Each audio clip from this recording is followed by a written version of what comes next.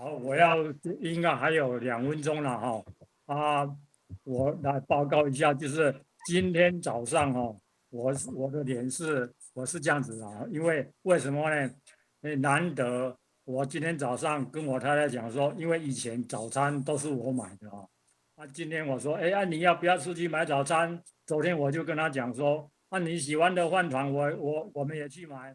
他说好啊，结果今天7点半左右去，因为我们已经退休了，看看哇，整个街道里面不是摩托车就是汽车，当然我就慢慢开嘛。开去以后，面包他买到，他好高兴。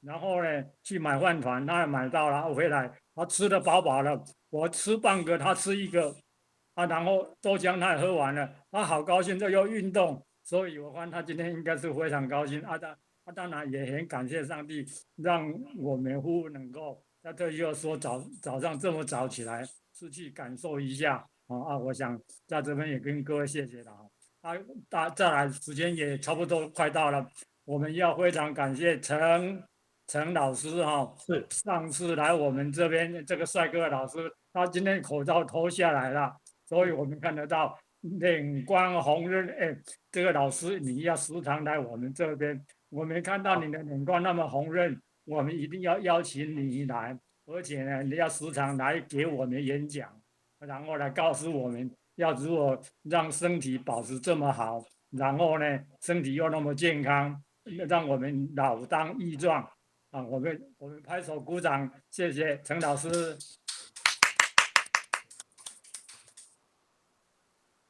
谢谢校长。请讲。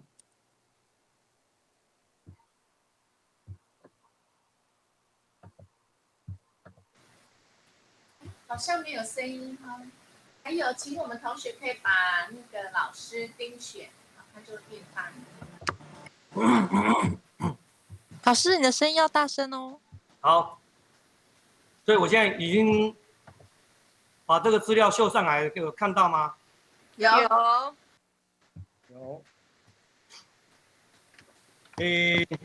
我是治疗师的那原则上还是在运动这一块会再多所琢磨。那还有很多要学习的地方。那原则上今天讲的是舒筋活骨的健康生活，那么重点会放在我们的舒筋的部分。那因为人有很多的系统，所以我就接着讲下去好，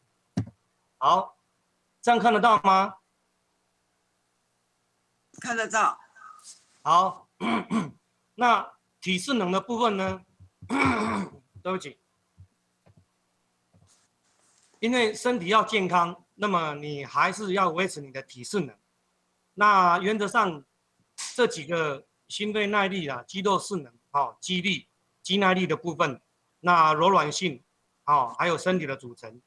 那么这几个重点5大元素，我是会取决在于柔软度，因为身体很僵硬，关节很僵硬，那么原则上你的活动性就不足。那你活动性不足，你的肌力就会减弱，就是所谓的肌衰症、肌少症。那肌肉力量既然不足，那你的耐力也会不足。耐力再不足，那回到你的心肺耐力也会严重的不足。好，那就这几个来讲，那么心肺耐力的部分，我们取决还是在有氧运动。这个大概上个礼拜提一下，那这边大概看一下还是在心跳数是60%到90%你会喘，可是你还能接受运动或者讲话这个时候你的耐力还是能充足的。那这个时间呢，还是维持在20到60分钟能够持续60分钟，确实是不简单。那么刚开始呢，还是以20分钟来训练就好。那维持还是在3天到5天，最多是5天，1个礼拜你还是维持3天。那它肌肉适能的部分呢，肌肉还是要用力，那么我强调还是重量训练那每一次做大概10下或者是20下都可以一次。那中间可以休息1分钟，休息2分钟，哦，再做一次，哦，有些人可以做到3次，哦，尽量看你的体能，哦，来维持你的动作了，哦，那每一周还是2天或3天，哦，就取决在自己的能力。再来柔软性，我刚刚讲，那么你柔软性好，你要从事这样的关节活动，你要从事更有力气的训练，其实是柔软度要够，哦，大概你要拉，等一下后面会讲，哦，10秒、30秒，哦，就取决在个人的情况。那么我建议是在2次啦，哦，就是假设我以30分钟，左右边都要拉。因为我们人是对称的，前面后面、左边右边都是对称的。那么这样的动作呢，反复3次或者到5次，其实是拉的很多了。哦，原则上还是以2次，哦，最多是每一次就一次1分钟，哦，来拉，这样子或许会比较好。再来，刚刚提到的有氧跟无氧。大概还是稍微提一下，上个礼拜有提一下哈，上一次，那么还是有氧是20分钟，要搭配无氧，哦，那每一次有氧至少要30分钟，刚刚讲过，超过20分钟，哦，那心跳数还是130，哦，最大心跳速率还是70%，这个还是在现在很方便，有手表，有血压计，哦，早期没有这些东西，那么现在坊间很多，包括血氧计。也很多，连手表现在都已经加上血氧了。那你运动多久时间？那手表上面都可以看得很清楚。哦，至少每天要3天啊，每周要3天。我刚刚有提到。那再来游泳运动，就是刚刚讲的跑步啊、骑脚踏车啊、游泳啊、骑飞轮啊。哦，照片的右侧，这是我仁爱之家的老奶奶。哦，她在骑这些固定式的脚踏车。我大概有一半的阻力的，如果阻力从1到8，1最轻，8最强，我大概会开在4中，就是4、5、6左右。哦，他觉得这样的阻力对他来讲轻松自在，那就好。哦，不需要拿到最大是8，哦，是这个原理。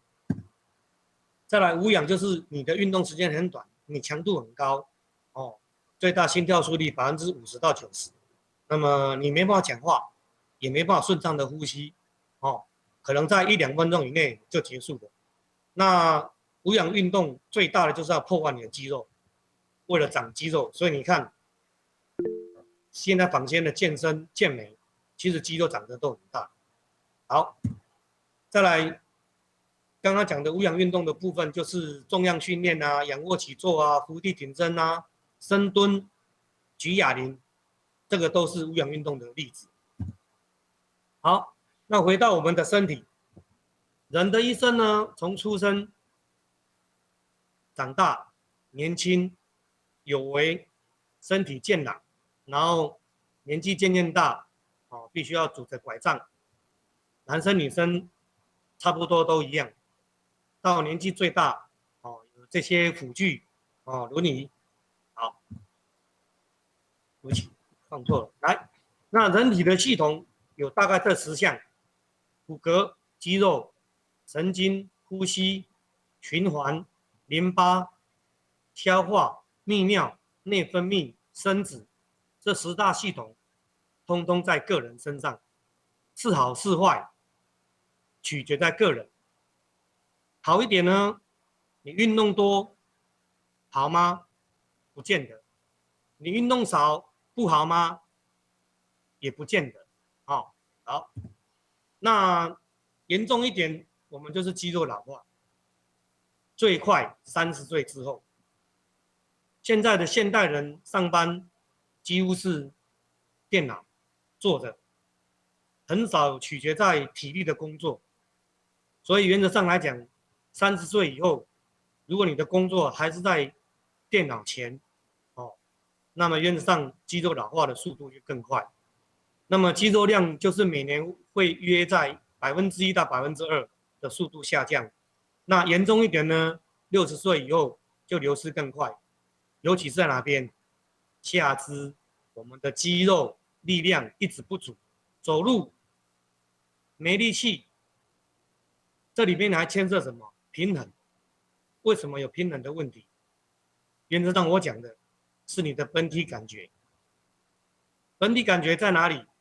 就是我们每一次回家没有开灯，你还能够知道我们家里面的摆设、通道没有灯的情况之下，你可能稍微绕过去、走过去，你也很难撞到这些椅子或者是凳子，就直接可以走到开关的位置，开了灯。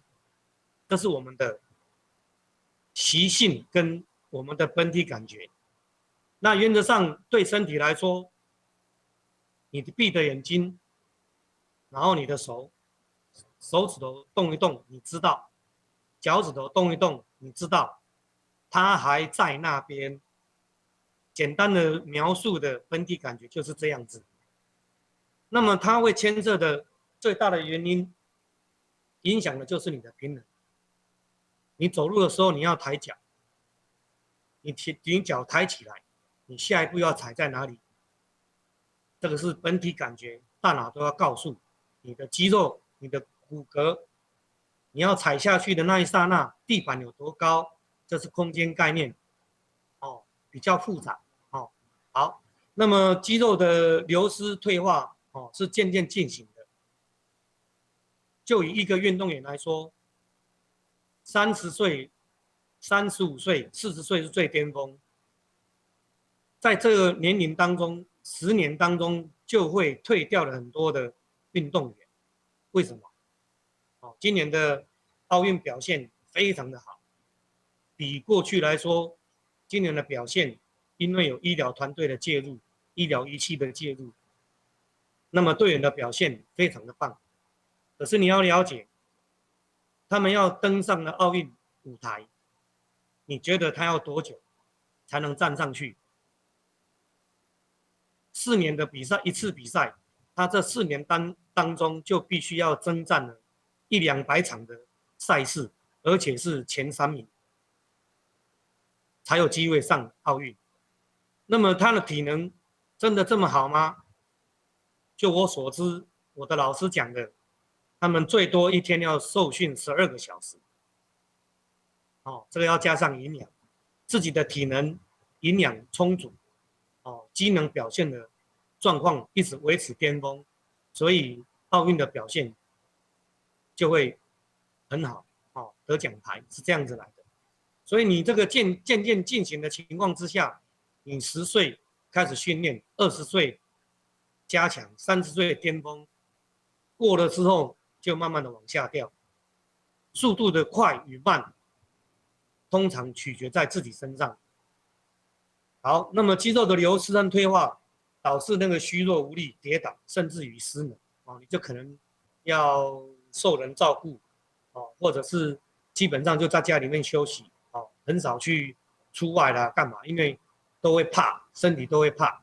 好，那这里提到是人体有大概200多种的肌肉，650条，那么其中约有70%集中在下半身，所以刚刚讲。你肌肉流失最快的还是在下肢的肌肉力量，肌力一消失，你要行走，这个移行行动是人类最大的社交的一个活动。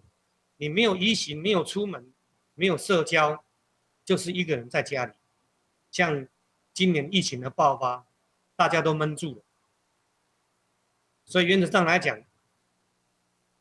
你能够把自己的身体力量维持在一个水准以上，我们可以四处走走，甚至于搭了飞机啊，到国外去走走，哦，这个都没问题。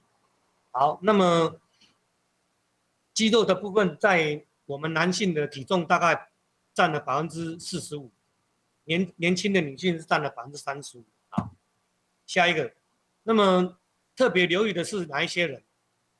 哦，如果你有糖尿病的情况、心脏病的情况，哦，慢性阻塞性肺病，哦，营养摄取不足，刚刚讲你要这样的运动，一个选手，一个运动员，你除了运动没有营养，那么身体的机能还是不足，你要表现运动的表现就会比较差。好，再来就是所谓的运动不足，刚刚讲过，你上班族打电脑的，基本上以前我们在学电脑的时候，我们我们没有往电脑这个方向走，没有往电脑这个专业方向走。听说他们24小时都在打电脑。我在准备考那个私立医学院联招的时候，租房子在台北市，那个隔壁的先生，我几乎没有看到他在睡觉，一直在解电脑，解那个程式解读，所有的公司的资料他在解读。基本上我醒着的时候，他是都是键盘声。我看一天24小时几乎没有休息的，连吃饭我看都在家里面解决。哦，大概以这一类的人做的工作的人，活动性不足，那么运动不足，那么刚刚讲的人体有10大系统，哪一个会对你自己好？不见得。哦，好，下一页。那这里是以我们的结构来说，皮肤层来说，我们从表皮有汗腺有毛囊这些下面之后，还有这几层，哦，表皮层、真皮层，哦，皮下脂肪，哦，浅筋膜、深筋膜，最后才会到肌肉。那么会秀这张照片的图，这2张图看到。这个皮肤层拿开的时候，跟肌肉层之间还有这么一个微细的空隙，这个叫做什么？这叫筋膜，几乎是看不到的，可是它冥冥当中还是存在身体里面。简单的说，这个空间我们会有很多周边的小神经经过。只要这个筋膜粘连了这些神经，或者是束紧了这个神经，我们就会感觉不舒服。它会传回到大脑，这个地方很紧绷，就是束紧了、压迫了。那么最近的所谓的注射，就是 PRP， 哦，增生疗法的注射。或者是高浓度葡萄糖的注射，就是注射在这一层，打入这些高浓度葡萄糖的位置，把这个表皮层跟你的筋膜层撑开，让这个神经的位置能够撑开，不会受压迫，不会受挤压，那么它就会放松，也会传导回去大脑。跟你说，哎，这个地方很轻松，不会有压迫，所以肌肉就自然而然放松，你的感觉就不会那么疼痛。那么整个皮肤，我们人的外表，除了第一层是保护的皮肤以外，皮肤里面也有很多的小神经丛，这个就是你的触感，它会传递四面八方你碰触到的讯息回到大脑，告诉你的大脑。这个地方是冷，这个地方是热，原则上简单的说，大概是这样子。好，那么刚刚讲的这个膜有没有什么问题？大概就是症候群的问题哦。哦，比如说你慢性肌肉过度的负荷，一直运动，时间5分钟，你做了10分钟，人家做了10分钟，你做了20分钟，一直让他动着，没有让他休息。哦，这个就不好。那么第二个姿势不良，最多嘛，我们每个人基本上都有姿势不良。好，再来是外伤，外伤是不小心可能意外，哦，年纪轻的时候受伤了，可是会不会年纪影响到年纪大？会。哦，在台中复健科医师王伟全医师的书里面，他有提到那个。应该讲开刀也是一个外伤，那么你开刀之后，这个有伤疤，就像你受伤一样有伤疤。有一个女生在她的案例里面，有一个女生是因为开刀生产，所以他那个结疤在腹部，所以造成他全身都不舒服。那么他经常的做复健，在王伟全医师那边复健，可是一直没有好的现象。那后来王医师就觉得说不对，你是不是有什么地方曾经开刀，或者是有受伤的位置？他说有啊，我就是剖腹生产。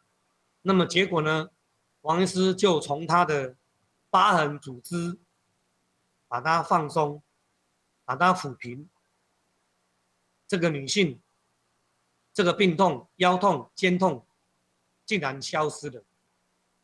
所以我提到的这个筋膜也会因为你受伤、外伤、开刀的伤疤都会影响。好，再来是营养不良，刚刚提过了，你要动要营养，你没有营养，你想动几乎不容易。哦，动了会饿，饿了就要吃东西，吃的东西多少的养分你能够吸收，哦，那个才是重点。再来，血液的部分，血液我们应该取决在于你的循环好不好，血液粘不粘稠。你夏天有一批人很容易有心血管疾病，所谓的中风，有些人摄水量很少，喝水很少，喝的饮料也不多，原则上它的粘稠度就会比较浓。冬天也是一样，你也是因为天气冷，你没有那么容易散热，所以你觉得水分够就不喝，其实也不好。所以在秋天要进入冬天这个区间，跟春天要进入夏天，甚至于到极夏天这个区间，有很多人是因为这样子有心血管疾病、中风。哦，好，再来是代谢与内分泌的问题，大概基本上你有这些问题的话，女性比较居多了，因为女性还是有内分泌的系统啊会困扰的。好，再来是药物的副作用，哦，睡眠品质不佳，再来是心理因素，大概这个方向看起来会造成了筋膜的不舒服、疼痛是有的啊。那位置呢？这个是我们的头颅、肩膀，哦，你看得很清楚。以左边上面这个图，就是我们年纪越大，我们身体越怎么样？就下巴越凸啦。你下巴一直往前凸，你肩膀绷紧了。好，那么请各位大家，你试着先把你的下巴往前推，哦，你身体坐正，你的下巴往前推，你举手看看，有吗？大家有做吗？大家试试看嘛，你下巴往前推，那你手举看看，是不是蛮困难的？好，那你把下巴往后缩，哦，不是抬头哦，你下巴往后缩，你再举手看看，是不是比较轻松？对不对？所以你的下巴一直往前推，你的肩膀活动性不足，你手举不高，会产生什么问题？50肩，对不对？慢慢的深层，躺床左边躺也不对，右边躺也不对，怎么躺都不舒服。还有是那个枕头啊高低的问题，有些人喜欢睡那个枕头啊大饭店的，哇，越高越好，不对哦，不好哦。原则上来讲，还是以你个人的睡姿为主。以前我的病人曾经会来骂我，老师，你昨天教我那个睡觉姿势啊，我整晚上都没睡觉，肩膀更痛。我说你怎么睡？他说你那个枕头哦，把我拿掉，叫我平躺睡，我睡不着。我说对啦，我这样讲是错的，应该是说，如果你用平躺睡，能睡就睡着，没事。如果不能平躺睡，你还是要把你原来的睡觉的枕头拿回来睡，否则整晚没睡，第二天起床更不舒服。哦，大概是这个是颈椎的姿势。好，这是我同事前一阵子我抓的这个位置，他在没有顶住、没有任何的背板的时候，自然的站着，我帮他拍的时候，那颈椎是不是像刚刚那个样子，是往前推？试着请他站到大门，背靠着，臀部靠着，脚跟贴着墙壁，那个后脑勺贴着墙壁，你看，他的颈椎就平了，这代表什么？他的平常就是左边这个姿势，只是在一次的追垃圾车丢垃圾包的时候，造成他的背部不舒服，所以基本上他会有下来复健，是这个原因的。好，这是姿势不良。好，再来是预防之道。哦，刚刚讲姿势不良，那么我们就要维持良好姿势。那肌肉你尽量就不要过度的使用。那么如果软组织受伤，哦，那个还是要避免。哦，肌肉不正常的束缚。哦，刚刚有讲到，你那个筋膜很紧。以前我们运动的时候，经常讲了，你今天运动了6、7个小时，可能隔天所谓的乳酸堆积过多。现在很少听到乳酸堆积，基本上都还是从筋膜这边琢磨。大概最近这个5、6年都是这样子。哦，好，我刚刚讲过，我们身体是左右的，前后的。你若不对称呢，那么就必须要矫正。哦，那么家具也是一样，有些人睡起来很舒服，可是不是长久以来你应该用的。哦，这个等一下都会提到。再来是骨骼系统的疼痛的解除。我刚刚讲，你的疤痕组织，单单一个腹部的疤痕组织就会造成肩膀不舒服、腰背都不舒服。哦，那个就必须要去比较多的时间去做诊断评估。哦，找到这个答案，找到这个问题。好，那么你运动完也要适当的休息。哦，那么这里讲的伸展运动，没错，等一下就会教伸展运动。哦，充分的睡眠、均衡的营养，还有维他命、矿物质。维他命来讲，我是取决在维他命的 B 群的部分。哦，那么种类很多。身体能够吸收不吸收，基本上维他命 B 群是造成神经活性比较好的东西。哦，大概如果你要治疗性的用药，大概是早上饭后，以它的颗粒来说，大概2颗。如果你强调你工作很忙碌，那么晚餐一样可以补2颗。哦，这是治疗上。如果你平常在保养身体，哦，大概是1颗，1天就早餐1颗，哦，或者是2颗就好了，晚餐就可以不用服用。好，再来是心情，有些人心情不好，今天咀嚼不想运动，有没有？有啊，哦，那个怎么讲？公司上班被主管修理，或者被同侪哦修理。造成的心理压力，哦，或者是工作功课哦没有缴交，可能你就会很担心、很焦虑，哦，心情就会很紧张，哦，这样子基本上你这些筋膜、身体感受都不太好。好，再来刚刚讲身体姿势不良，哦，这是手机的发展、科技的发展越多。你看身体越不舒服，哦，复健科做最多的还是在肩颈、腰酸背痛一堆，哦，大概就是姿势不良，低着头滑手机。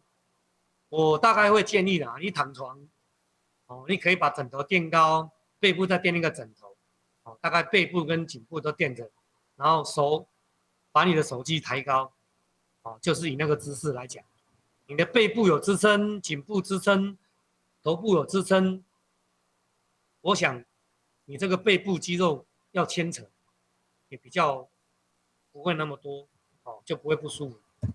好，你坐姿呢，有没有刚刚提到的肩膀、背部，哦，这2个点很严重，很多上班族的姿势就这样子。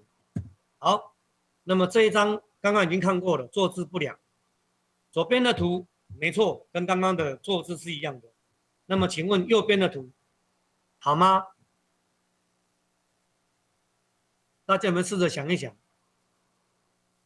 你的背已经顶住了哦，你的腰部已经90度喽，膝盖将近90度喽，你做这样子好吗？答案是不好。对，没错，你他回答的头太前面了。对，我刚刚讲的，你除了看手机跟你的站的姿势不好以外，这个都是习惯。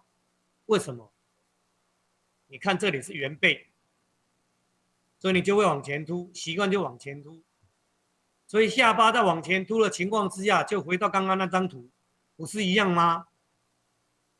你在这个姿势情况底下，你把手举高，连我自己都很难举高。好，等一下有图给你看，就很难举高。那么你势必除了背部要靠回来以外，最大的问题还是你的下巴要缩回来。在这个姿势情况之下，你的背部经常被牵扯，颈部肌肉被牵扯，一直往前推。以我的经验来讲，不是只有你的背部问题，你的前胸的肌肉也会缩短。这两边刚刚讲的是前后对称的问题，这两边一个一直牵扯，一个在缩短，那你的活动量够吗？哦，一定不足的啊。那么这一张图，最右边的打勾的是正确的姿势，右边这2张打叉叉的就是刚刚你看到的。最右边的图是因为背太弯了，哦，还是不好。好，那么从左边的图来看，你可能维持这个姿势8个小时吗？很难嘛，我自己都不可能，除非是当兵。以前的当兵也是站2个小时，最多3个小时你就下哨了，你还是维持这样的姿势。可是你不会动一下吗？会嘛？所以不是长时间的维持这样的标准姿势哦，就是稍微动一动。以这样的坐姿来讲，你稍微动一动是没问题哦，还是尽量维持这个姿势。就像你开车也是一样，我会建议你，你开车的时候，你坐进去的驾驶座位，那么你的屁股、身体往前，就以这个姿势来讲，以中间的图来讲，身体往前，你的屁股跟你的背部的时候，你顶到了驾驶座的椅背，然后身体再挺起来，就以那个姿势是最标准的。哦，所以大家如果试试看这样的姿势，哦，看看什么情况，应该会比较好。好，这个刚刚讲过，你一直把下巴往前推，所以你这些症状都出现了。基本上50间，基本上侧睡不舒服，哦，关节无法抬高，哦，无法外旋。刚刚我们一开始的暖身运动有那个开合的动作，好棒哦！原则上那个标准点是在2个手肘跟手掌相碰，哦，那是非常困难。为什么？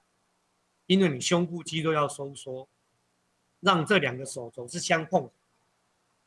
哦，你手肘碰不起来，就代表你肌肉没力气，就是你胸部肌肉没有力气，没有办法把它往2个手肘碰在一起。哦，这是要出力的。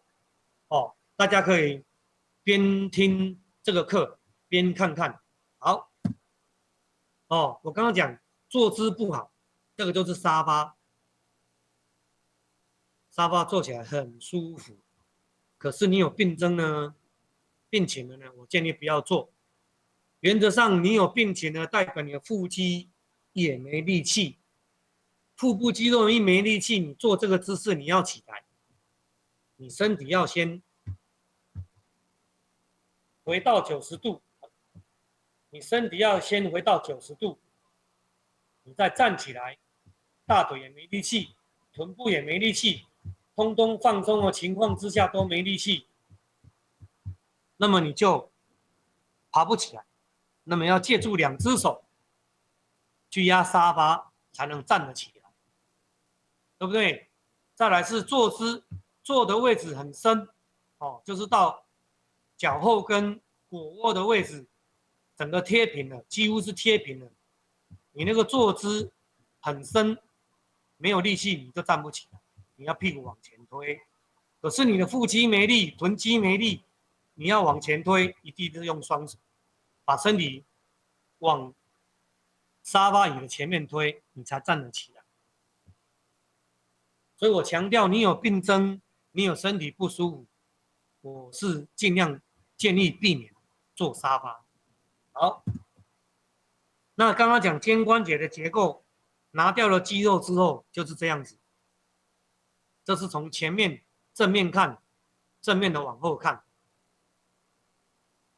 看到这一块是肩胛骨，这是在你的胸的后面，这一块是手臂的骨头，哦，是整个贴在这个肩峰里面，哦，肩胛骨的一个肩羽里面，这个空间呢，这个我现在画的这个肩峰，也是肩胛骨的一部分，哦，是从后面上来这边的。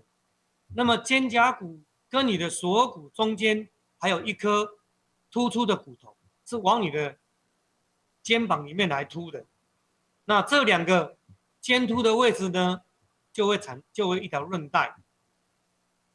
那么在韧带当中，这个滑囊呢，滑囊像什么？像我们把那个气球装水，气球装了水，薄薄的一层在这里，哦，就会粘在这个地方。好，那当然你在肌肉都有附着的情况之下，那么你看到这一条肌肉，我现在画的这一条肌肉，它是从你的肩膀、肩峰的位置连在颈椎，连在颈椎哦，这里有一个人像图，你连在颈椎的位置，连在脊椎骨的位置，直接拉到你的肱骨头，是在最上缘。好，简单的说，这张图，下面这张图讲的从背后看，刚刚讲的那个肩峰有没有就是这一根是凸到里面，凸到前面去的，没有碰到这根肱骨，我们的手臂大骨没有。好，那以这个图来说，你的手臂要举到180度，红色这一条线180度的时候，你的肩胛骨要转动60度。向外转，在这个情况之下，请问大家，如果你的下巴往前推，你的手臂举不到180度，那么势必回到你的肩胛骨，会动作60度吗？不会，答案是不会的。所以原则上来讲，你的下巴往前凸，你的手臂没有达到180。你的肩胛骨没有办法往前推，那么附着在这些肌肉、这些肩胛骨的肌肉、这个肱骨的肌肉，它会很完整的缩放得很长，缩的很自然吗？不会。那么原则上，你的肩膀的问题就会产生。所以相对的姿势矫正是最重要的。好，再来，刚刚讲到这个名称叫撞击肩峰，叫肩关节夹脊症候群。好，刚刚讲那个水球，就是蓝色这个中间这个图，右边这个图的中间有个蓝色的滑印啊，这个被你夹到了呢，它就往内挤，挤到什么？就是这条韧带，连着你的骨头的韧带夹紧了，好痛。为什么？为什么会夹紧？那就回到左边这张图，他的手掌是向下的，不对，手掌的一向下，这个肩右侧这个图的骨头的这个突突呢，就会往上夹，就撞到这条韧带，在这个骨缝当中夹紧，所以叫夹脊。那么怎么办呢？原则上，你的手掌回到左边的图，你的手掌要向上。你现在可以试试看，你把你手平举，为什么不能用手背去撞？很难的撞，就是这个骨头没有往上转。你把你手掌往上转，上去还可以拍手。为什么？就是这个骨头，右侧这张图的骨头，会夹紧，造成你的困扰。所以尽量避免你手举高的时候，尽量把手掌向上，这样子骨头已经转过来了，才能向上。好，下一张，这个是我们人类站的姿势。刚刚看到我那个同事，大概是右侧算来第二个图，下巴向前凸。那么年纪越大，因为地心引力的关系，我们人体会自然的往前凸，就身体身材身高就会下降1-2公分。这个还有一个是在椎间盘，因为水分减少，所以每一个椎间盘水分减少，身体自然而然就会下降。除了有病痛，除了有开刀以外，自然而然你就会因为地心引力，身体就会有一点驼背，这是自然的，就像中间的站姿是一样。那么有没有左侧第二个图这样的姿势？有嘛？是什么？妙龄女子穿的高跟鞋就是这样的姿势。所以也不太建议穿很高的高跟鞋。可是职场上班的位置，有些人就必须要穿这么高的高跟鞋。下班之后就是腰酸背痛，经常跑复健，物理治疗所，基本上工作没有办法更换，那么势必就会产生这样的问题。好，那么解决的方法很简单，家里面第一个换沙发。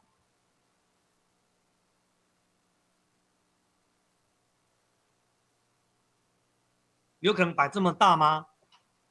我们家里面空间不足，很难。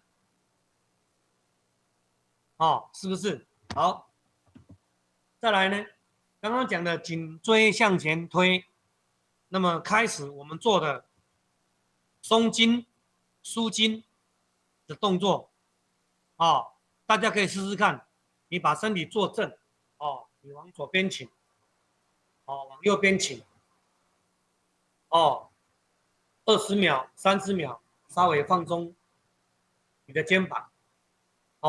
如果有咔咔声没关系，那个是颈椎骨活动空间够，所以它有咔咔声。再来右边的图，你是用你的手稍微帮助一下，拉一下，可以，没问题。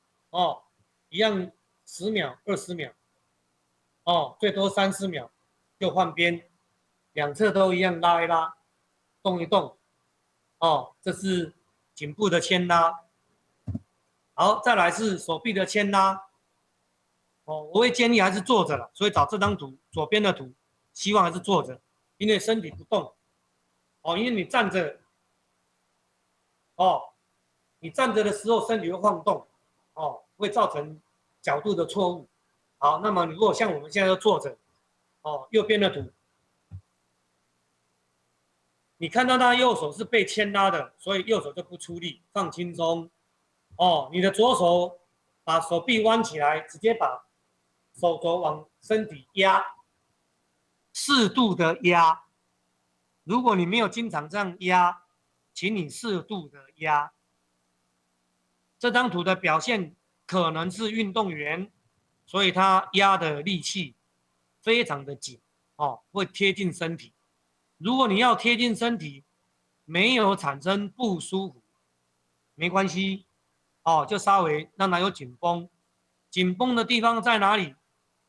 就是你的背拉手臂到肩膀这个位置。我现在滑鼠在动的位置，这里会紧绷。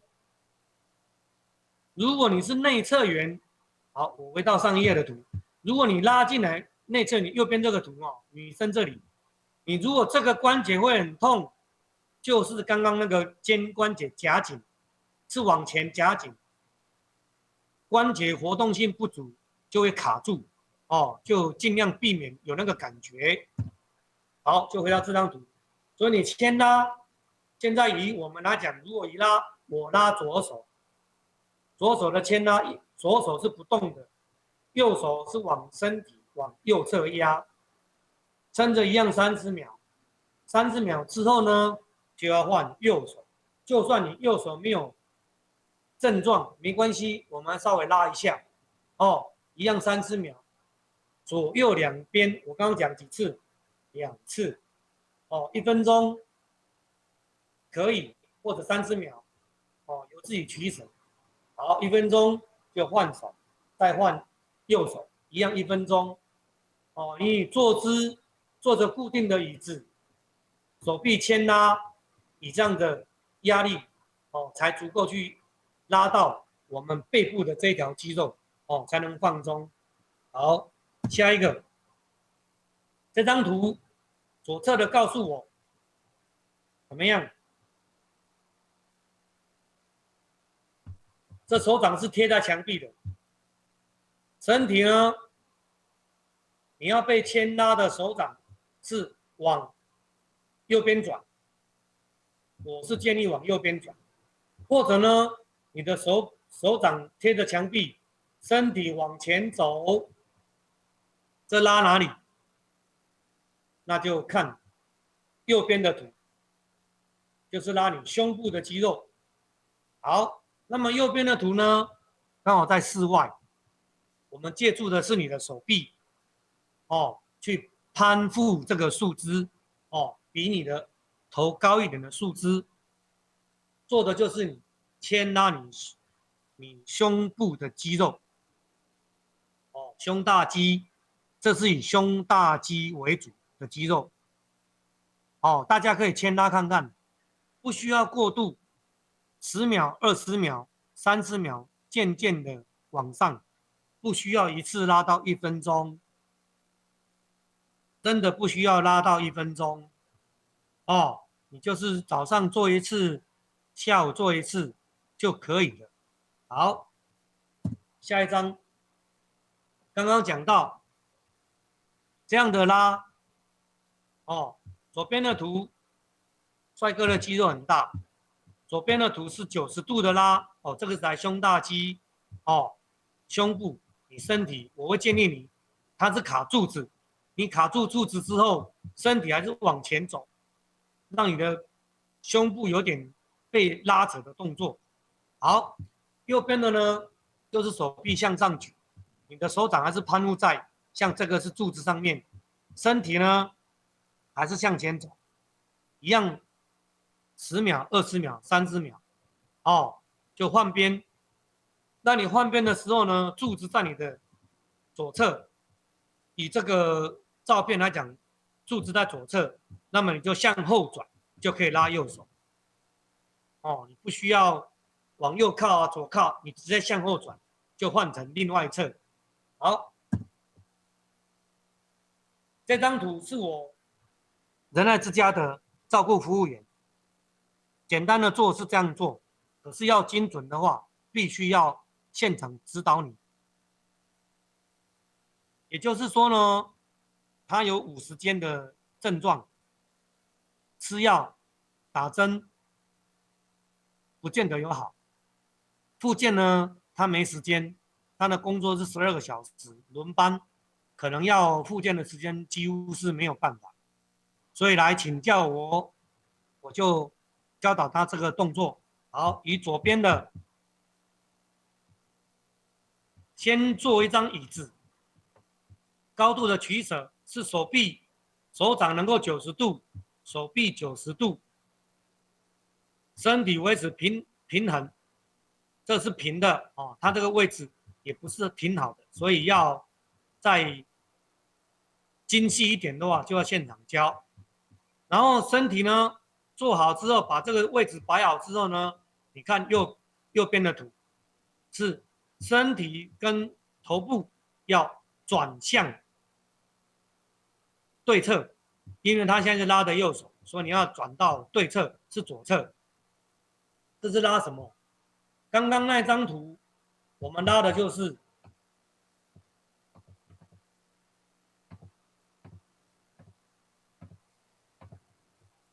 好，我到这张图，这个就是拉二头肌肌腱长头的位置的肌腱，把它放松。一放松的情况之下，你的肩部肌肉因为受到这样的牵扯，所以也会跟着放松。可是你在不要感觉到它痛，有觉得酸酸的，就已经被牵扯到了。如果你要让它痛，可能下来你会更痛，哦，所以这个就不建议。记得这个位置吗？记得这个位置吗？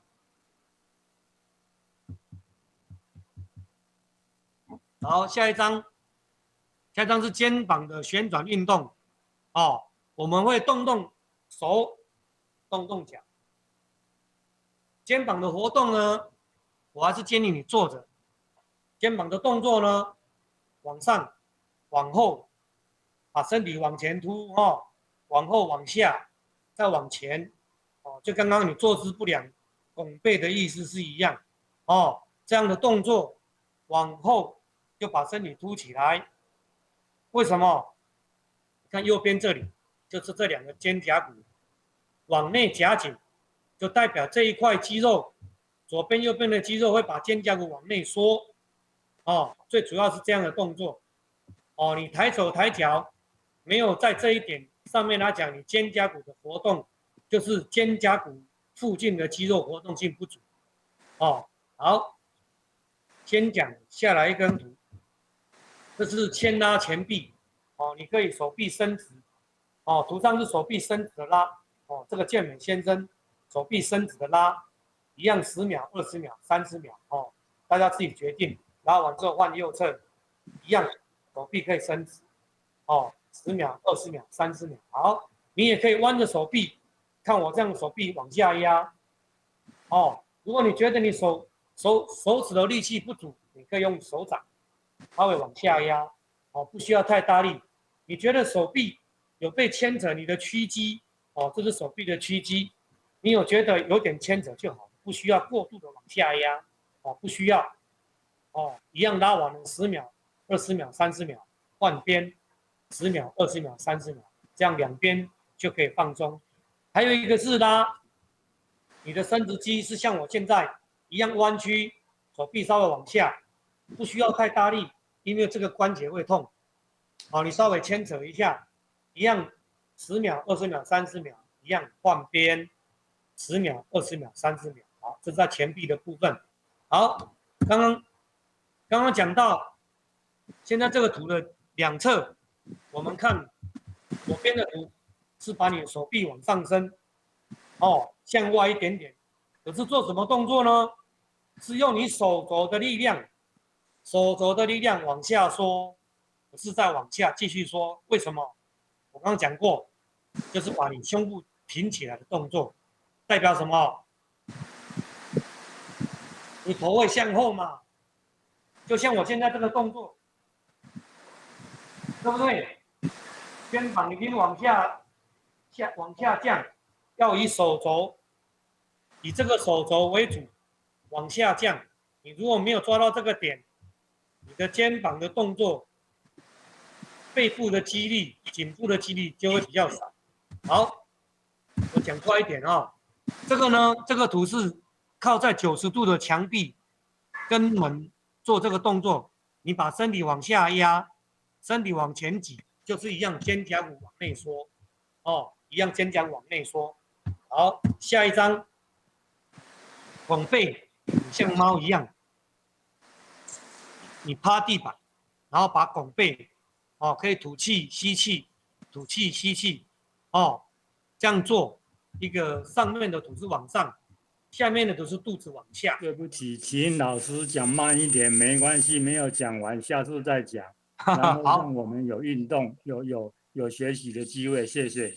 好，那这个拱背的动作呢，也是一样，在你的背部哦，抬头还是小心一点哦，你不需要用的很高，不需要拉的很高哦，你可以试试看。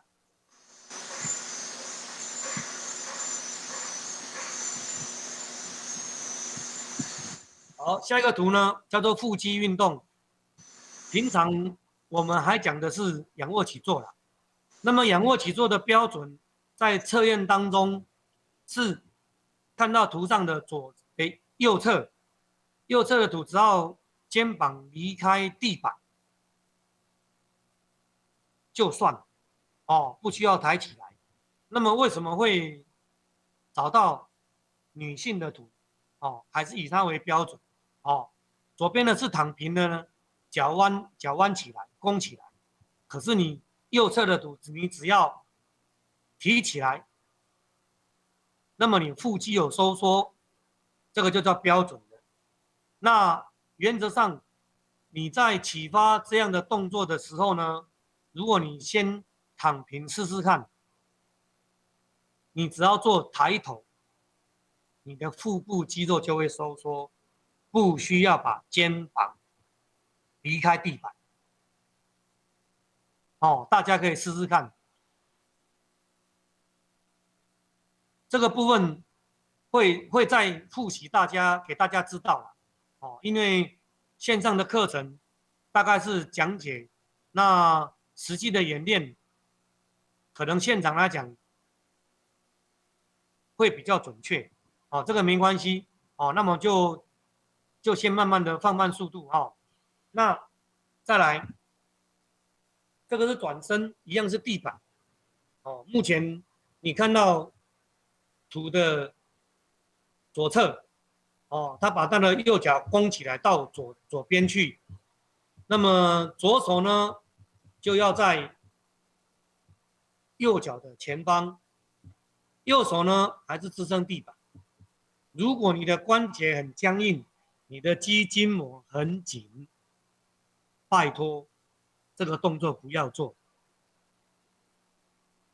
哦，关节会受伤，膝关节、髋关节，哦，都会很紧绷，所以暂时先不要动。如果你很松，肌筋膜很松，那么请你可以这样做，就是把姿势摆好，是把身体往右侧，因为你是弯右脚，把身体往右侧。哦，这个大概是在腹部这个筋膜肌肉上面，哦，能够做一个牵拉的动作。再来是牵拉大腿，应该要扶扶着一个固定物，哦，包括家具，包括餐桌，哦，比较固定的，哦，墙壁也可以，哦，做这样的牵拉，身体要保持正直。哦，左侧的图，身体保持正直。哦，你把大腿往后弯，右手就扶着你的脚踝。如果你有膝关节问题的，请不要这样执行。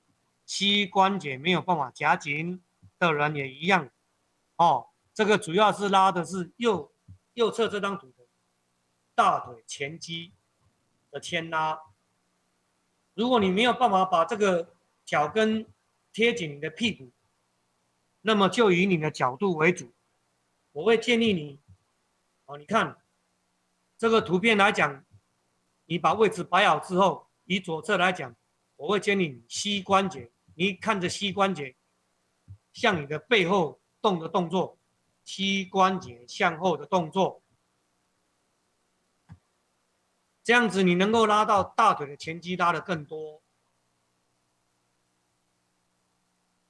大家可以试试看。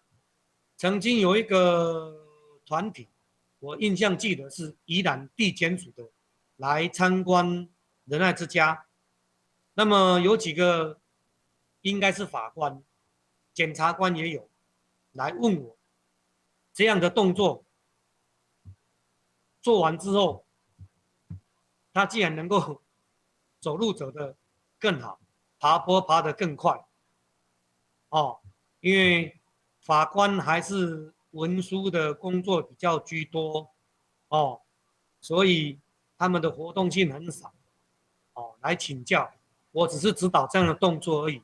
那在我仁爱之家都是山坡地楼梯居多，他们走起来就轻松多了。好，下一张图，这个是脚踝的晃动。左侧的图呢，以右膝向后，左边的膝盖是微弯，右膝向后，左边的膝盖微弯。那么你的用脚跟，右脚的脚跟向右向左，右边的图就是向左，左边的图是向右，所以是摆动。它摆动脚跟，你旋转的位置就在膝盖上做旋转。你如果身子做旋转是在大腿髋关节，你把膝盖弯到后面去，微弯左脚，那右脚向后微弯左脚，你晃动，你坐着也可以坐着也可以，你膝盖的晃动是在膝盖上面，你脚跟的晃动是在膝盖上面，这几个动作试试看。为什么？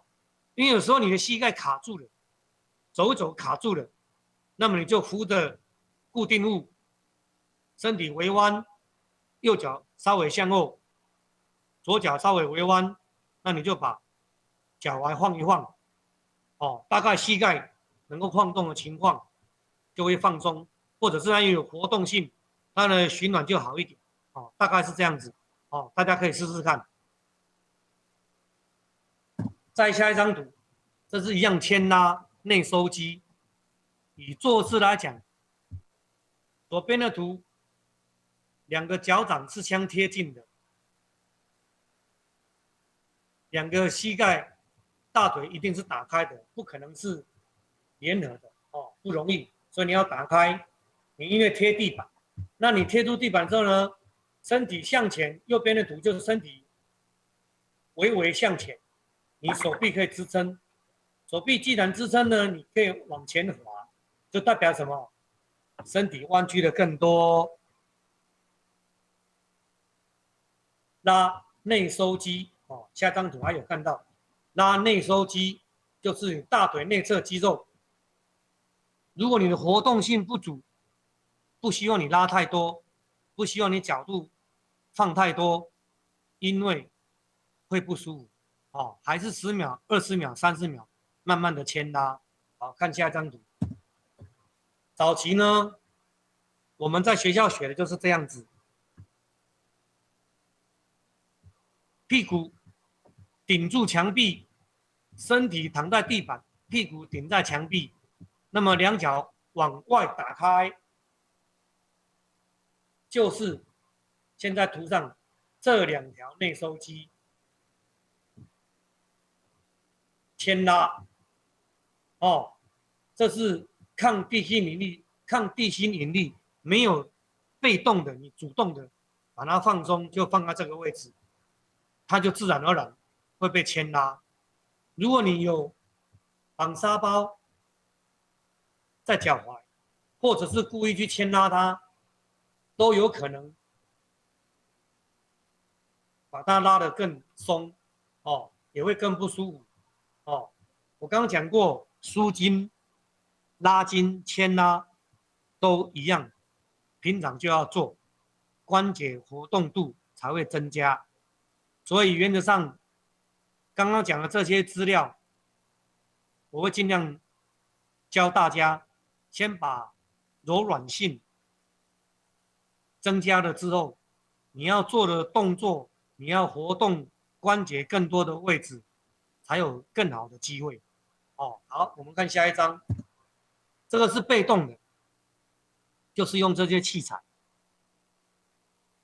大浴巾、橡皮带、塑胶绳，比较宽的，哦，可以做牵拉，是被动的。以这个图来说，拉的是腿后肌，哦，就是这个位置，大概以这个位置，哦，脚踝没有向下，所以小腿没有被牵拉，直接往上拉90度，以身体来说，直接拉90度，就是拉腿后肌这个位置，哦，一样，我建议你有被牵拉到会痛，不好，应该在不舒服或者觉得有酸酸的位置就好了。哦，时间上一样10秒、20秒、30秒。那么拉完之后呢，换脚，一定两侧要换脚。哦，好，这张图讲的是膝盖的负担。那么你可以以左上来讲，第一个图，你这是躺平，哦，膝盖上伸直，然后腿往上动，哦，这是在髋屈肌，就是你腰带的前面这块肌肉，哦的收缩，哦，抗地心引力，你主动的动作拉起来。好，右侧上面第二张图，这是膝盖伸直的动作，这是哪里？就是腿前肌嘛，大腿前肌，你做伸直的动作，哦，往下压一样，大腿前肌要伸直，所以这块肌肉要处理好。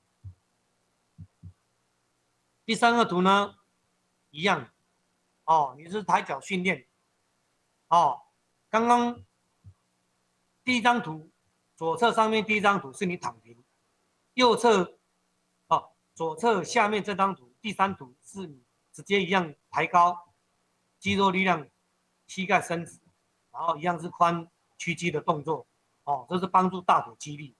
然后第四个图呢，就是小腿肌力，哦，你扶着固定物，垫脚尖，把身体抬起来。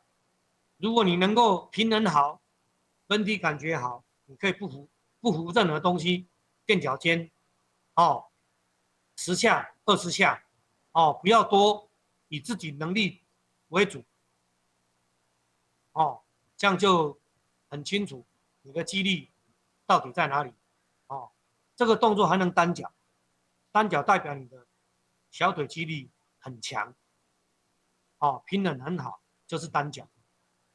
好，下一张，这张图跟你讲的是，你看到左边的讲的压痛点，这是在诊断跟评估来讲会找到这个点，可是这个点，我觉得是很深层，不是浅层。为什么？你看右边的图，标示的是梨状肌，可是它在哪里？这个骨盆里头，这2条肌肉有多大？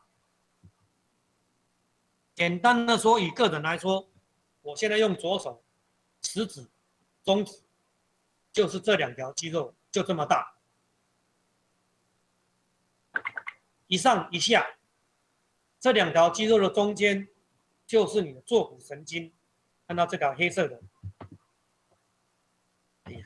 看到这条黑色的，就是坐骨神经进来的位置。只要这2条肌肉，梨状肌这2条肌肉夹紧了，就是把你的像我手指这样夹紧，那么你的下背痛就会产生。好，那要做什么样的动作呢？这是目前在人类之家的长辈，就是要教他做梨状肌的放松。怎么做？以图来说，他翘着左脚的二郎腿，右手扶在脚踝，不出力，左手扶着你的左边膝盖，是向下压，可是不是很用力，微微的、轻轻的向下压。好，看到右边的图，身体往前，在你下压膝盖的时候，身体微微的往前，眼睛我会建议你看天花板，然后你去感觉你的屁股这里，如果你拉左侧，你看左侧的屁股这里会不会酸，会不会痛？大家试试看，有什么感觉？紧紧的，酸酸的、轻轻的紧紧的，啊？对，那你一样10秒、20秒、30秒，哦，自己取舍，然后放松之后呢，一样回到右侧，左侧拉完换右侧，一样轻轻的压10秒、20秒、30秒，你可以执行这样的动作。我建议最多1分钟，你能够执行1分钟，它就慢慢的松掉，然后一样换脚1分钟，左边一次，右边一次，再回到左边一次，右边一次，就等于是你一边做2次交互的做。这位长辈腰痛好了80%，就因为这2条小肌肉产生了腰痛，很多。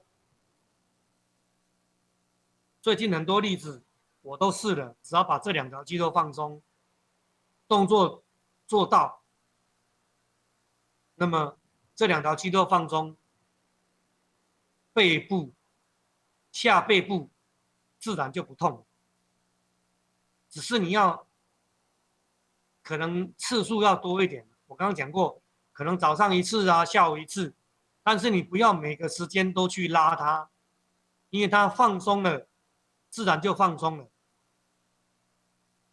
好，下一个是躺床，以图来说，右膝弯曲，膝盖向左边。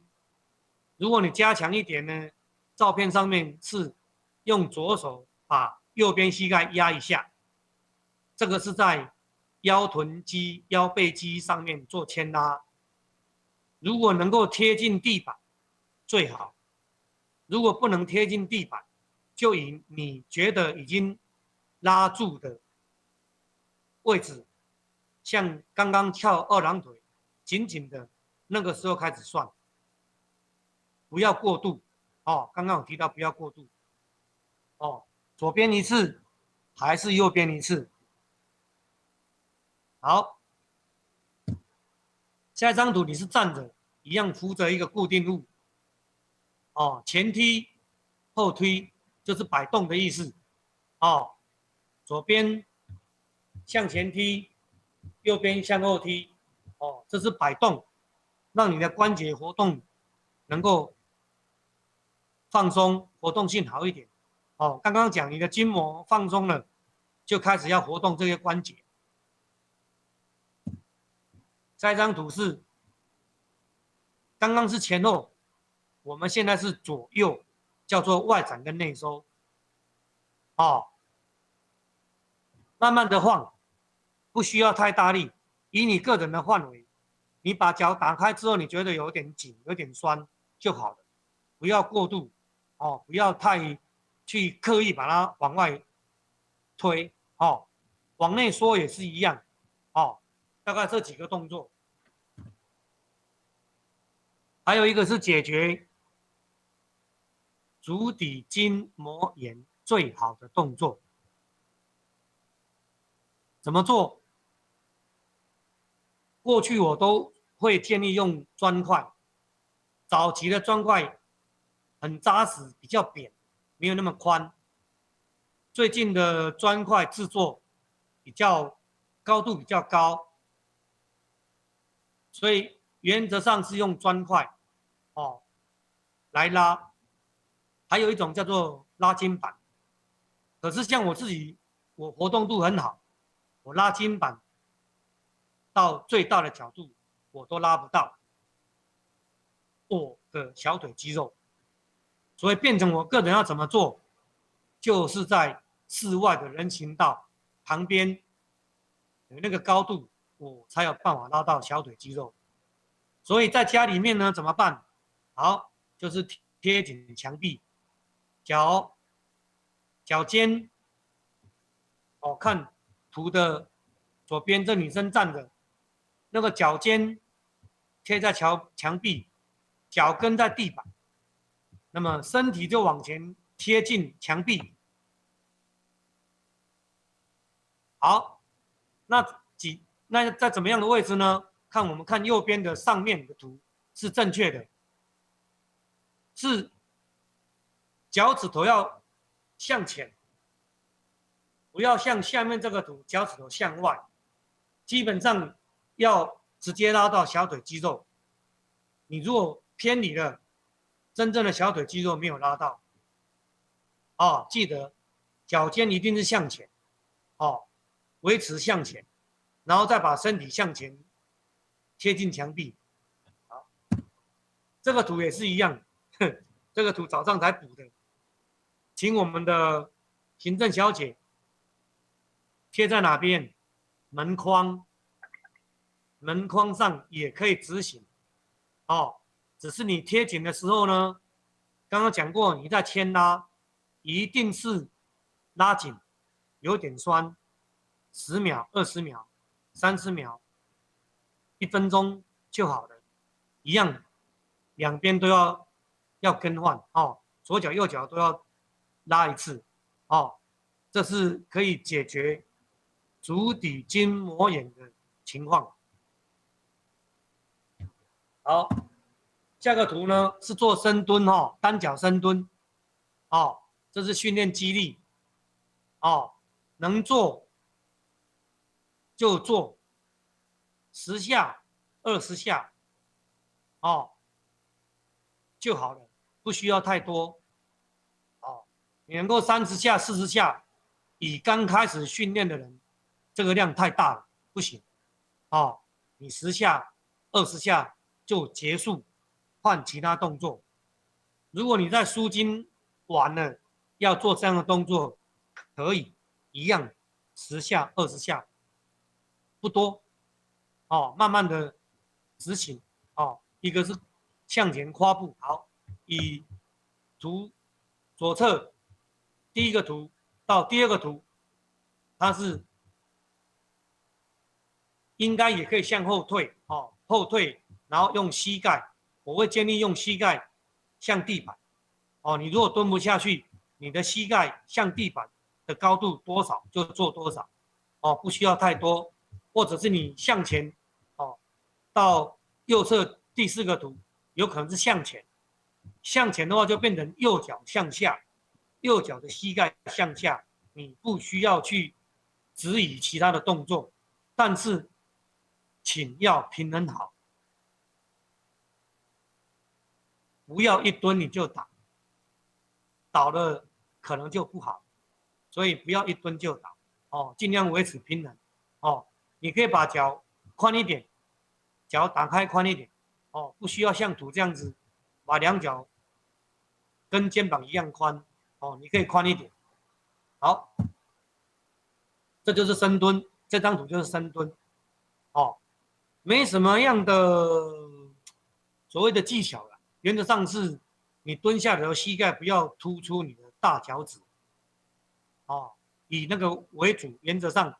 然后如果你不能做到大腿维持水平跟地板平衡水平，那没关系你就做，或者是你腾空你不会做，你可以背靠着墙壁划墙壁来做也可以。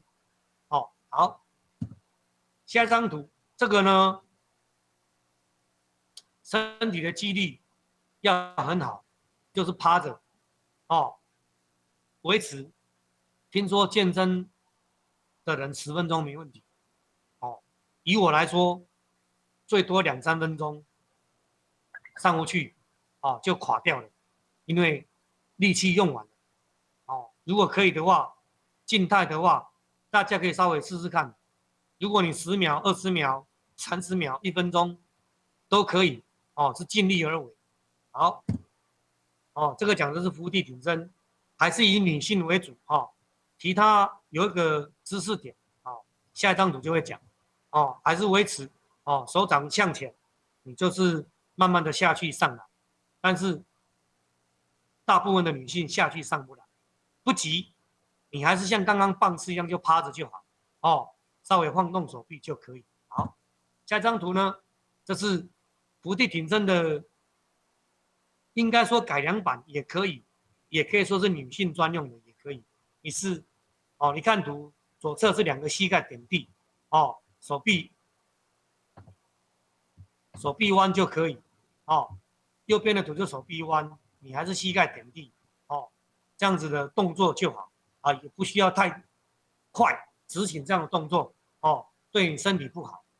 好，再来是核心，核心现在讲的是你躺在地板，你去晃动你的手臂，可是对角，你看下面的图是对角，上面图是四个手脚都弯起来，可是下张图是对角在动，不是同时两边，用对角的斜向的动作，也包含你腹肌斜向的力气，好，再来是平衡，这是我家仁爱之家的老先生老太太教他们做这样的平衡动作，在没有扶椅子的情况，你就单脚站，脚向后，手臂抬高，手臂其实可以做平衡，你可以向上，向两侧，向上向两侧，可是你的抬脚是单脚，那右边的呢？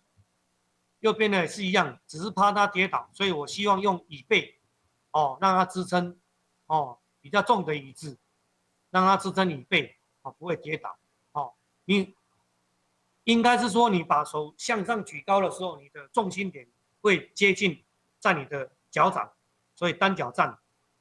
如果你手臂打开，增加面积，所以那个平衡点就会比较好取舍。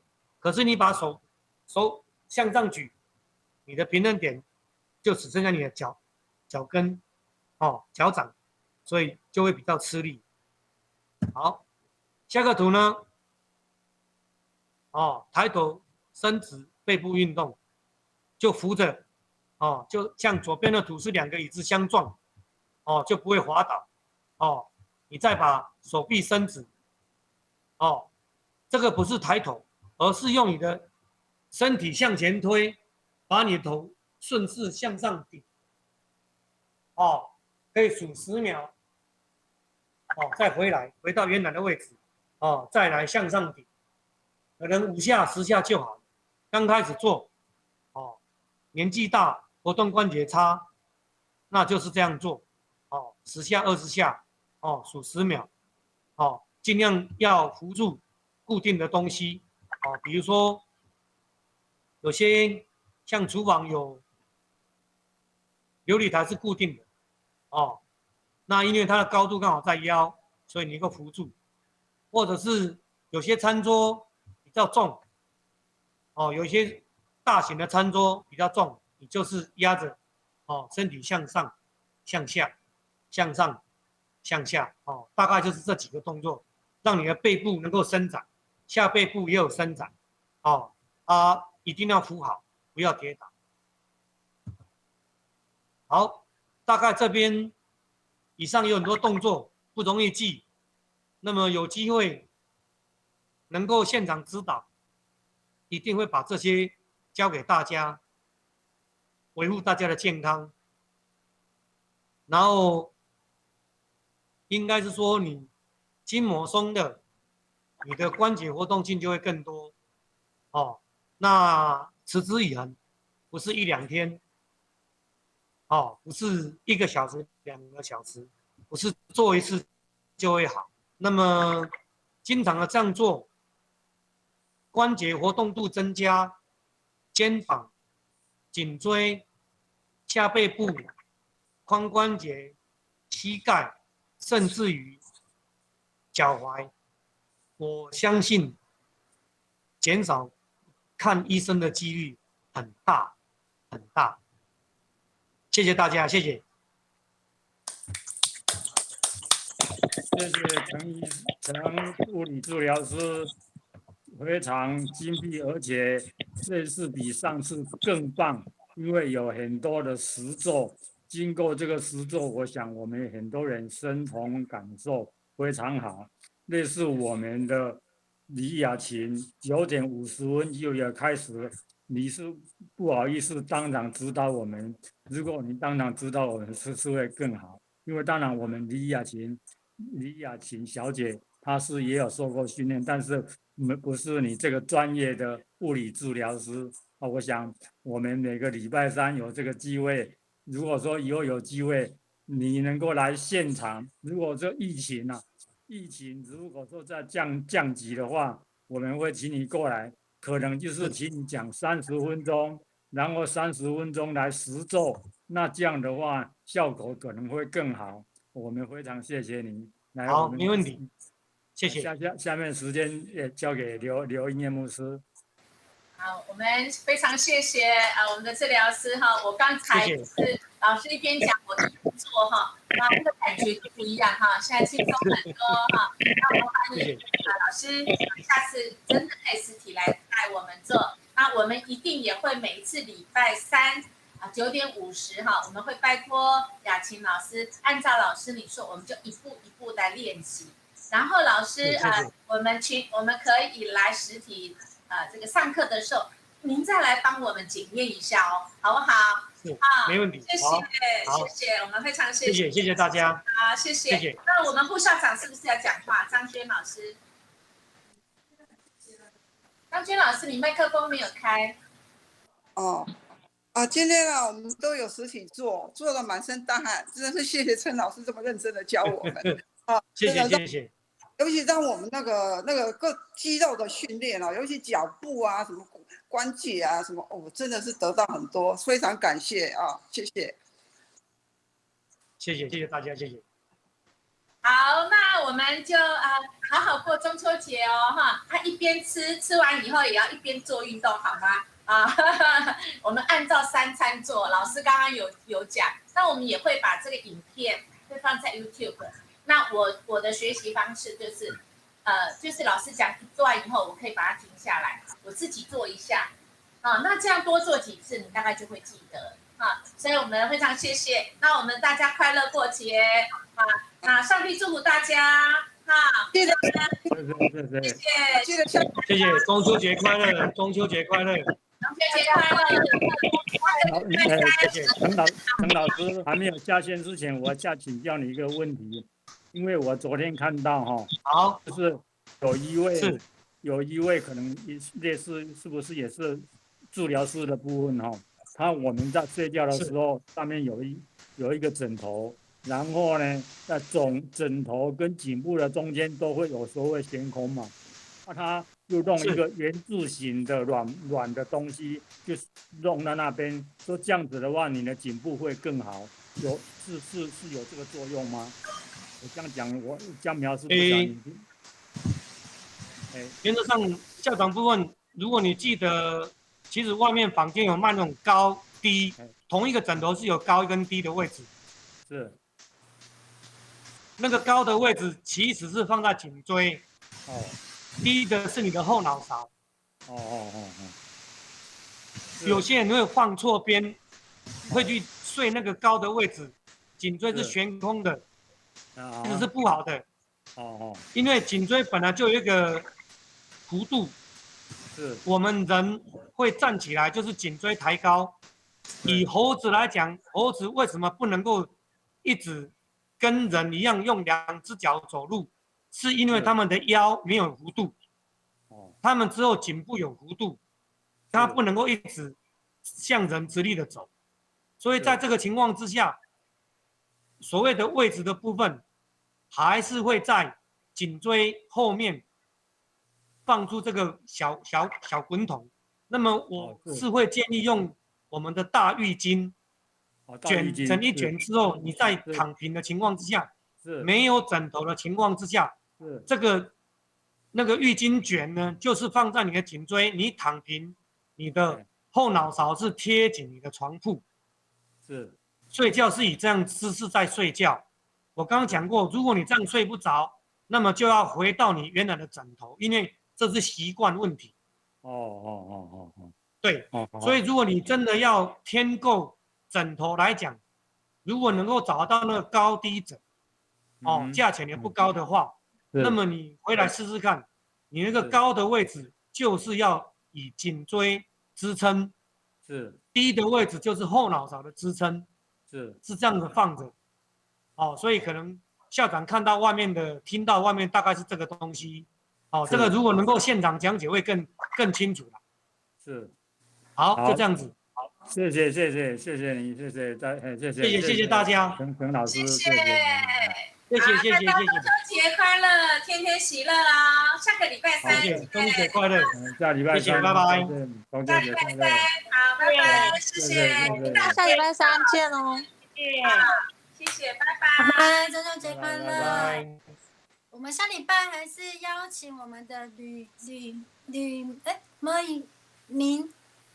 明佳职能治疗物理治疗师，上次他的课非常的热络，欢迎大家下礼拜一起线上上课。我们谢谢我们今天的老师，谢谢你。